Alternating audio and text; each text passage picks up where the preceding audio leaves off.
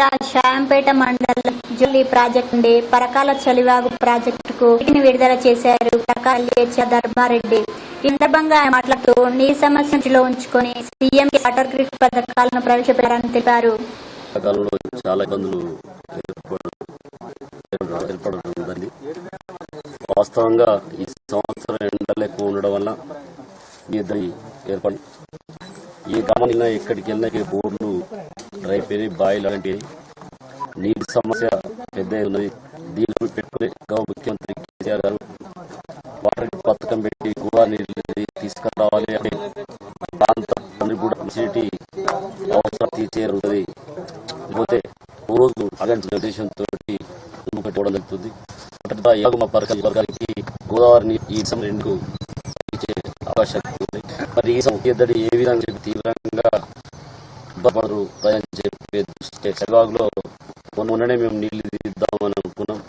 కానీ 150 ఎకరాల ఆయకల వాళ్ళ అవసరాలు కూడా దృష్టిలో పెట్టుకుని చలివాగు అయిపోయిన తర్వాత నీళ్ళు అందింది. మాకు వారు తీసే ఈ నెల 15 ఎకరాలం పరకకు ఎలాంటి ఇబ్బంది లేకుండా జరుగుతుంది. తప్పకుండా పరకలు 3 రోజుల్లో పరందరికీ కూడా మనం ఇచ్చుకోవాలి. దీన్ని ముందు చూపుంటే పోయిన సంవత్సరం కానీ ఇప్పుడు కానీ ఒక ప్రకారంగా చేస్తున్నాం కాబట్టి దాదాపుగా వేరే పట్టణాలకు ఇద్దరు లేకుండా తెలంగాణతో అన్ని ప్రాంతాలలో CR కింద ప్రతి గ్రామం కానీ నగర పంచాయతీలు కానీ ప్రతి మున్సిపాలిటీ ఉద్దేశం తాత్కాలిక పరికారంకు కొన్ని బోర్లు మిగిలిన బాయిలను హైర్ చేసుకోవడం, కొన్ని ట్యాంక్ వరకు రైతు ఎక్కడ అవసరం ఉన్నాయో అవసరాన్ని తీర్చే ఉద్దేశంతో దాదాపుగా పెట్టుకోవడం అనుగుణంగా అడుగుతున్నాయి. మా నగరపై కూడా దాదాపు 10 కోట్ల రూపాయలను 10 లక్షల రూపాయల నిధులను తీసుకొని రాగింది. వాటి ఇప్పుడు కొన్ని బోర్లు వేసుకున్నాం. కొంత వ్యక్తుల బావులను కిరాయి తీసుకుని ట్యాంకర్ ద్వారా ప్రజలకు తీర్చడానికి పంపుతున్నాం. దీనికి మన నగర కమిషనర్ గారు అయితే కౌన్సిలర్స్ మరియు చైర్మన్ అందరూ కూడా వారం రోజుల నుంచి కష్టపడి సమస్యను తీర్చి కష్టపడు. మరి ఈ రోజే ఈ పేపర్లో వచ్చింది ఇక్కడ పరకాల నగర సమస్యడానికి మా ముఖ్యమంత్రి గారు కూడా మాట్లాడడం జరిగింది. దాన్ని దృష్టిలో పెట్టుకుని ఏమంటే అధికారులు చేస్తే ఈ రోజే చలివాగు నుంచి పర్మిషన్ ఇచ్చి వరంగల్ జిల్లాలో అన్ని మండలాలను కరువు మండలాలుగా ప్రకటించి వెంటనే కరువు చర్యలు చేపట్టాలని డిమాండ్ చేస్తూ పరకాలలో టీడీపీ ఆధ్వర్యంలో ధర్నా నిర్వహించి పరకాల ఎంఆర్ఓకు వినతి పత్రం చేశారు. కరువు మండలాలుగా ప్రకటించడంలో ప్రభుత్వం విఫలమైందని విమర్శించారు. ఆత్మహత్య చేసుకున్న రైతు కుటుంబాలను ప్రభుత్వం ఆదుకోవాలని వారు డిమాండ్ చేశారు. చాలా కరువు బాగున్నది, గాసం లేకున్నది, రైతుల బంధు ఉన్నది, కరువు కాటకాలతో తల్లడిస్తున్నారు. ఈ ఆత్మల కుటుంబాలకు ఎసుగా చెల్లాలి. అదేవిధంగా ప్రతి పశువుగా అయితే మరీ దారుణంగా ఉన్నది. పల్లెటూరులో అయితే నీళ్ళు కనీసం చుట్టప్పుడే నీళ్లు ఇవ్వలేని పరిస్థితి ఉన్నది. కనీసం తాగునీరు ఇట్టిస్తున్న బాయిల దగ్గర తీసుకున్నాం, తీయకంగా ట్యాంకర్లతోనూ ప్రభుత్వం వెంటనే ప్రతి విలేజ్ కానీ పరకం కానీ తాగునీటి వెంటనే అందించాలని డిమాండ్ చేస్తున్నది. అదేవిధంగా రైతులకు ఏవైతే అన్యాయం చేస్తున్నాం ఇప్పుడు రైతులు ఆదుకోవాలని కేసీఆర్ అని విజ్ఞప్తి చేస్తున్న డిమాండ్ చేస్తున్న తెలుగుదేశం విజ్ఞప్తి చేస్తుంది. తెరాస ప్రభుత్వ హయాంలో సాగునీటి ప్రాజెక్టులు అన్ని జిల్లాల్లో సస్యశ్యామలం చేస్తాయని మంత్రి తుమ్మల నాగేశ్వరరావు అన్నారు. ఇందుకు సరిహద్దు రాష్ట్రాలతో కూడా కలిసి ముందుకెళ్తున్నామని తెలిపిన ఆయన మహారాష్ట్రతో ఒప్పందం కూడా ఇందులో భాగమే అన్నారు. విభజన సమస్యల పట్ల ప్రభుత్వం చిత్తశుద్ధితో వ్యవహరిస్తుందని అన్నారు. స్వరూపం కూడా తెలియకుండా, ఏ గ్రామాలో ఏంటో తెలియకుండా కాంగ్రెస్ పార్టీ మాట్లాడిందని చెప్పి ఆ ఇరిగేషన్ మంత్రి కూడా మాట్లాడారు. ఆయన ఆ ముఖ్యమంత్రి గారితో సంప్రదించుకొని మాట్లాడుంటే మంచిగా ఉండేది. కాబట్టి ఇటువంటి సాంకేతికపరమైనటువంటి అంశాల్లో పరస్పరం ఇరువురు సహకరించుకోవాలి తప్ప ఈ రకమైన ప్రకటనలు చేసి మళ్ళీ కీచులాటలకి తావు ఇవ్వద్దని చెప్పి ఆ మంత్రి గారికి అట్లా మాట్లాడే మనుషులందరికీ కూడా విజ్ఞప్తి చేస్తున్నాం.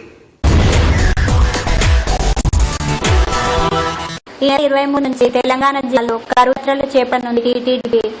ఇండియన్ ట్రస్ట్ భవన్ లో టీటీడీపీ అధ్యక్షుడు ఎల్ అమరనాథత్వంలో సమావేశమైన టీటీడీపీ నేతలు రాష్ట్రంలో నెలకొన్న కరువు పరిస్థితులు పర్యవేక్షించాలని నిర్ణయించారు.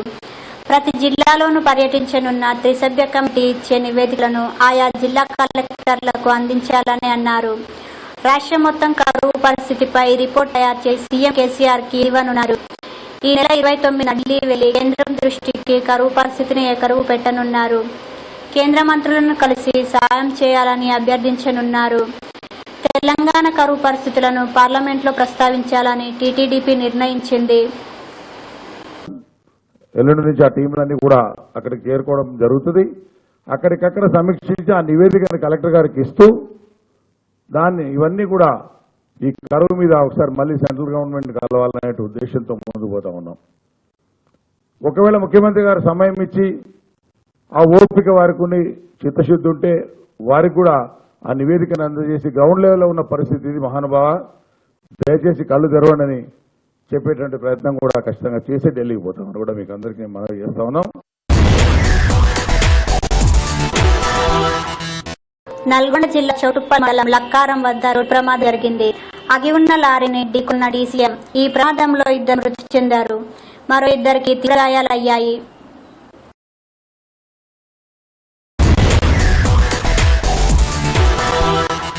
హైదరాబాద్ మున్సిపల్ ప్రక్షాళనకు ప్రత్యేక ప్రణాళికను రూపొందిస్తున్నామని తెలంగాణ ఐటీ, పంచాయతీ, మున్సిపల్ శాఖ మంత్రి కేటీఆర్ వెల్లడించారు. మంగళవారం హైదరాబాద్ లో హుస్సేన్ సాగర్ క్లీనింగ్ కోసం కొత్త యంత్రాలను ఆయన ప్రారంభించారు. అనంతరం ఆయన మాట్లాడుతూ హుస్సేన్ సాగర్ ను మంచినీటి సరస్సుగా మారుస్తామని తెలిపారు. మొన్న మేయర్ గారు, కమిషనర్ గారు బెంగళూరు దాకా వెళ్లి చూసొచ్చారు. అక్కడ దాదాపు ఒక 4-5 వివిధ పాయింట్ ఎక్కడికక్కడ డీసెంట్రలైజ్ గా కొన్ని కొలనులు కట్టి ఆ కొలను నిమజ్జనం చేస్తా ఉన్నారు. హైదరాబాద్ సంబంధించి కూడా ఇది విశ్వాసాలకు సంబంధించిన అయినప్పటికీ ఇక్కడ గణేష్ సమితిలు ఉన్నప్పటికీ వారందరికీ కూడా మీకంగా ప్రజల ముఖంగా విజ్ఞప్తి ఏమంటే, 1 దయచేసి మట్టి విగ్రహం పెడదాం, 2వ దయచేసి 20 అడుగుల కంటే ఎత్తైన విగ్రహాలు పెట్టడం వల్ల మాకు వచ్చే లాభం ఏం లేదు, భగవంతుని రూపంలో ఉన్న కొలుసుకోవచ్చు. 3వ ఎంత వికేంద్రీకృత నిమజ్జనం చేసుకుంటే అంత మంచిది. అంటే మనకు అన్ని రకాలుగా కూడా ల్యాండ్ ఆర్డర్ సిచ్యువేషన్ అనండి, ట్రాఫిక్ సమస్య అండి, ఇవన్నీ కూడా ఆ రోజు ఉత్పన్నమయ్యే పరిస్థితులు కాబట్టి వాటిని అధిగమించాలంటే అందరూ సహకారం. గణేష్ ఉత్సవ సమితి నిర్వాహకులు కూడా అయితే మేయర్ గారు, కమిషనర్ గారు ప్రత్యేక చర్చలు జరుపుతారు. మరి మేము కూడా ఏ సందర్భంలో వారితో మాట్లాడతాం. కానీ అల్టిమేట్ గా ఇది అందరికీ చేయాల్సిన పని. దీనిలో మీడియా సహకారం కూడా గతంలో చాలా మీడియా సంస్థలు కూడా ప్రచారం చేశాయి, గ్రీన్ గణేష్ పేరుతో అదే రకంగా మట్టి విగ్రహాలు వాడని చెప్పేసి. మళ్ళీ ఒక్కసారి ఆ క్యాంపెయిన్ కూడా ఈ టైంలో లాంచ్ చేస్తేనే కరెక్ట్. ఎందుకంటే ఇప్పుడే ఆ విగ్రహాల తయారీ కూడా ప్రారంభం ఉంటుంది. వాటి నుంచి మీరు ఆ ప్రక్రియను కూడా మీరు కూడా ప్రారంభించినట్టే మీడియా ద్వారా ప్రజల్లో కూడా అవేర్నెస్ క్యాంపెయిన్ పోయే అవకాశం ఉంటుంది. తప్పకుండా ఆ దిశ కూడా ఇస్తాం. ఇంకొక కార్యక్రమం కూడా ఈ రోజు అనౌన్స్ చేయాలనుకున్నాము. మన హైదరాబాద్ లో కాదు, ఇప్పుడు తెలంగాణ అంతటా దేశం అంతటా ఉన్న పరిస్థితి దృష్ట్యా గౌరవ ముఖ్యమంత్రి హరితహారం కార్యక్రమాన్ని ప్రారంభించిన విషయం మీకు తెలుసు. టీహెచ్ఎంసీ పరిధిలో మేము ఒక ప్రయత్నం కూడా చేస్తా ఉన్నాం, భారత్ ప్రయత్నం కూడా ఇస్తా ఉన్నాం. ఈ వర్షాకాలం ప్రారంభమయ్యే నాటికి ఒకే రోజు 20 మొక్కలు పెట్టాలని ఒక నిర్ణయం కొడుతున్నాం. దాని ప్రభుత్వంలో చేస్తాం. స్వచ్ఛ హైదరాబాద్ అయితే ఒక శాస్త్రీయమైన పద్ధతిలో చేశాం. అది పద్ధతిలో ఒకే రోజు 20 లక్షల మొక్కలు టేకమని కూడా జిహెచ్ఎంసీ ఆధ్వర్యంలో హైదరాబాద్ లోని ప్రతి పౌరుని కదిలే విధంగా అందరినీ కూడా, ఇక్కడ ఉండే ఎన్జిఓస్ కానీ, ఇక్కడ ఉండే రెసిడెంట్ వెల్ఫేర్ అసోసియేషన్స్ కానీ, ఇక్కడ ఉండే రాజకీయ సంస్థలు కానీ, ప్రముఖులు కానీ, అందరినీ కూడా స్కూళ్లు కానీ, వ్యాపార సంస్థలు కానీ, కాలేజీలు కానీ అందరినీ భాగస్వామ్యం చేయాలన్న ఆలోచన ఉంది. వర్షాలు తొలకరి జల్లులు ప్రారంభమయ్యే నాటికి అన్ని రకాలుగా కూడా సన్నద్ధమై ఒకే రోజు ఆ కార్యక్రమాన్ని డేట్ కూడా అనౌన్స్ చేస్తాం తొందరలోనే, వాతావరణ సూచనను బట్టి. కాబట్టి ఈ కార్యక్రమానికి కూడా మీడియా చేయూతనివ్వాలని కూడా మిమ్మల్ని కూడా వ్యక్తం చేస్తాం. ఇప్పుడు అన్ని ఎందుకు లేనా ఒకే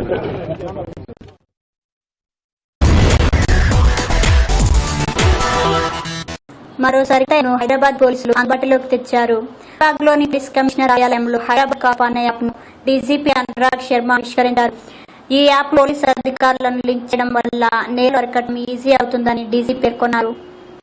గలీలో తిరగడం బదులు ఏ ఏరియాలో క్రైమ్స్ ఎక్కువ ఉన్నాయి, క్రిమినల్స్ ఎక్కువ ఉంటున్నారు, ప్రాబ్లమ్స్ ఎక్కడ ఉన్నాయి, అది ఆయన చేతిలో ఉంటుంది, మ్యాప్ లో ఉంటుంది. ఆ మ్యాప్ ని పట్టుకొని ఆ ఏరియాకి వెళ్తే తప్పకుండా అవుట్పుట్ మంచిగానే ఉంటుంది. సీసీటీవీ కెమెరాస్ చాలా ఉన్నాయి, కానీ ఏ ఏరియాలో ఎటువంటి ఇప్పుడు ఏం జరుగుతున్నది ఎక్కడైనా అనుమానం ఉంటే ఆ ఏరియా కెమెరాని మనం చూసుకోవచ్చు, ఫీడ్ని చూసుకోవచ్చు. అంటే చేతిలో నాలెడ్జ్ బ్యాంక్ ఉన్నది. ఒక్కసారి మనకి ఇన్సిడెంట్ తెలిసింది. ఆ ఇన్సిడెంట్ అయినప్పుడు మరి మేమి చేయాలి ఇప్పుడు, అది కూడా దీంట్లో రాసింది. మనకు హైదరాబాద్ సిటీలో ప్రతి పోలీస్ స్టేషన్ లో మన కానిస్టేబుల్ ఆఫీసర్స్, హోంగార్డ్ ఆఫీసర్స్ నుంచి మొత్తం స్ట్రెంత్ చూస్తే ఒక 100 నుండి 150 మంది ఉంటారు ఒక్కొక్క పోలీస్ స్టేషన్ లో. అయితే ప్రతి ఒక్కరికి కూడా పోలీస్ కంప్యూటర్ యాక్సెస్ ఇవ్వడం కష్టము, అందరికీ అన్ని కంప్యూటర్లు పెట్టడం కష్టం. కాబట్టి అట్లాగే వాళ్ళు డ్యూటీలో ఉన్నప్పుడు, ఫీల్డ్ లో ఉన్నప్పుడు వాళ్ళకి కంప్యూటర్ రిలేటెడ్ లింక్ ఇవ్వడం కూడా కష్టం. కాబట్టి ఈ రోజు మనం ఉన్నటువంటి టెక్నాలజీని వాడుకొని, mobile technologies are the order of the day. ఈ మొబైల్ టెక్నాలజీలోకి మొత్తం కంప్లీట్ గా ట్రాన్స్ఫార్మ్ అవ్వడానికి హైదరాబాద్ సిటీ పోలీసు ఈ హైదరాబాద్ కాప్ ఈ అప్లికేషన్ మనం డెవలప్ చేయించడము. ఈరోజు సికింద్రాబాద్ లో ఆల్ఫా అవుట్ వద్ద 2 దుకాణాలని ప్రమాదం జరిగింది. ఈ ప్రమాదంలో చెప్పులు, సంచుల దుకాణాలు పూర్తిగా దగ్ధమయ్యాయి. అగ్నిమాపక సిబ్బంది ఘటనకి చేరుకొని మంటలను ఆర్పేశారు. దుండగులు నిప్పంటించారని స్థానికులు అనుమానిస్తున్నారు.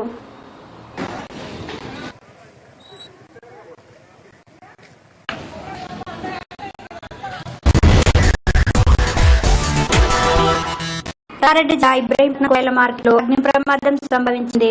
2 అగ్నిమాపక యంత్రాలు ఘటనా స్థలానికి చేరుకొని మంటలను అదుపు చేశాయి. ఈ ఘటనకు కారణాలు తెలియాల్సి ఉంది.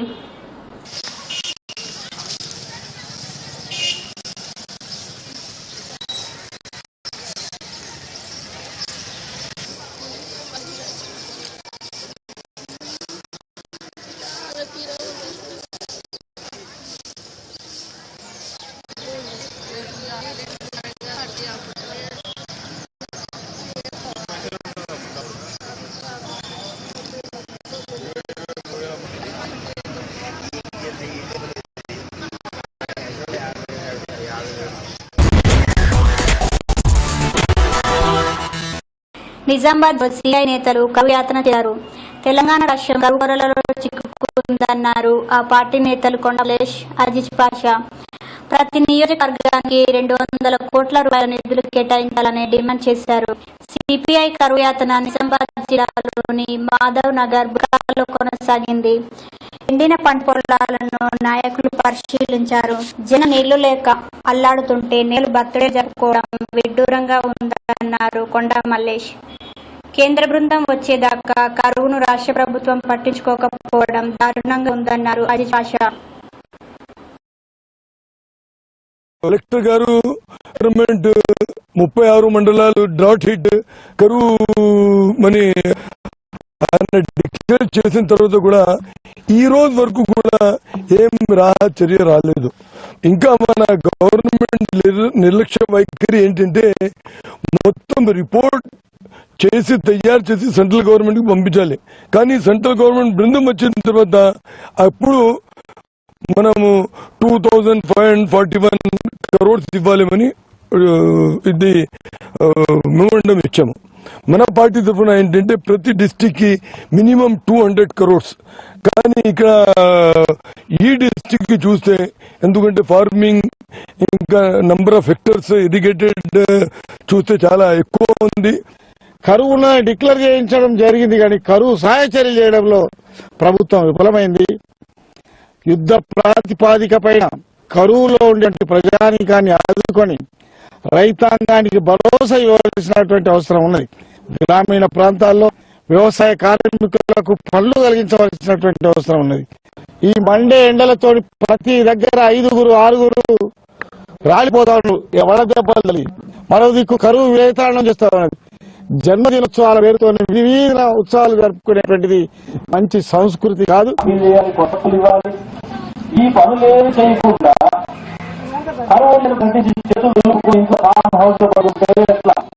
తెలంగాణ వచ్చినప్పుడు ఇంత పెద్ద మెజారిటీతో ఓట్లు వేస్తున్నారు జనం. మీకు బాధ్యత ఉంది కదా, గ్రామాల్లో వచ్చి పరిశీలించాలి. రైతు ఎట్లున్నాడు, భూములు ఎట్లున్నాడు, పిల్లలు ఎట్లున్నారు, ఓటు ఎట్లున్నాయి, వాటిని బతికించేది గవర్నమెంట్ కదా.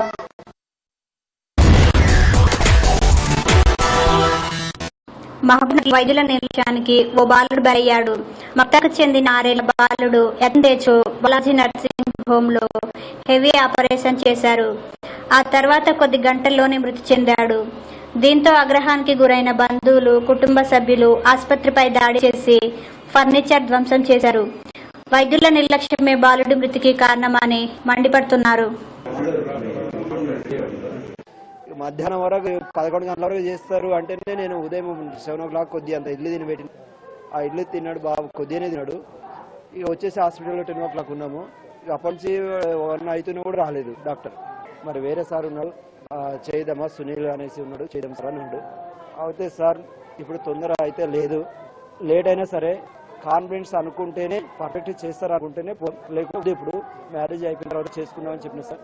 థియేటర్లోకి తీసుకుపోయి ఆ తర్వాత ఒక 20 minutes అట్లా బయటకు తీసుకొచ్చారు. బయటకు తీసుకొచ్చినప్పుడు అది సూర్యుడు కానీ తర్వాత ఈ స్టమక్ ఇట్లా శ్వాస తీసుకునేప్పుడు మనం ఎట్లా ఉంటా అట్లా కూడా అసలు ఏం లేదు.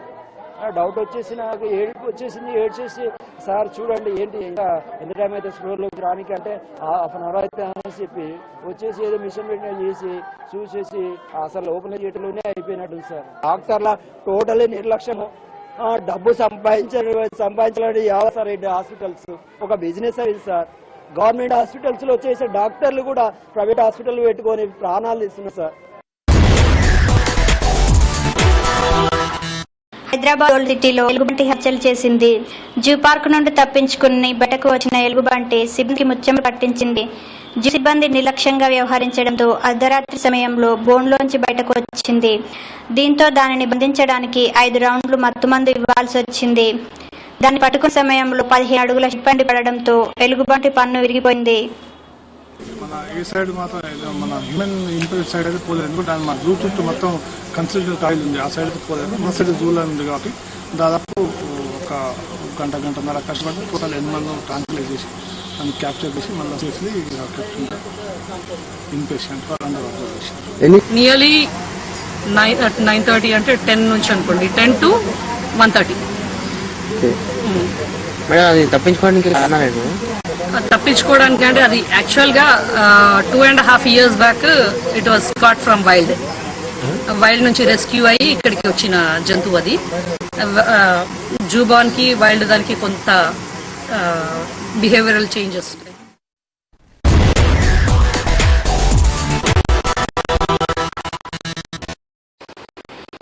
మహబూబ్ నగర్ జిల్లా వంగూరు మండలం సిర్సనగండ్ల సీతారామచంద్ర స్వామి ఆలయంలో ఈరోజు ఉదయం 4 గంటల నుండి 6 గంటల వరకు పెద్ద తేరు లాగారు. ప్రజలు తండొండలుగా వచ్చి రథాన్ని తిలకించారు.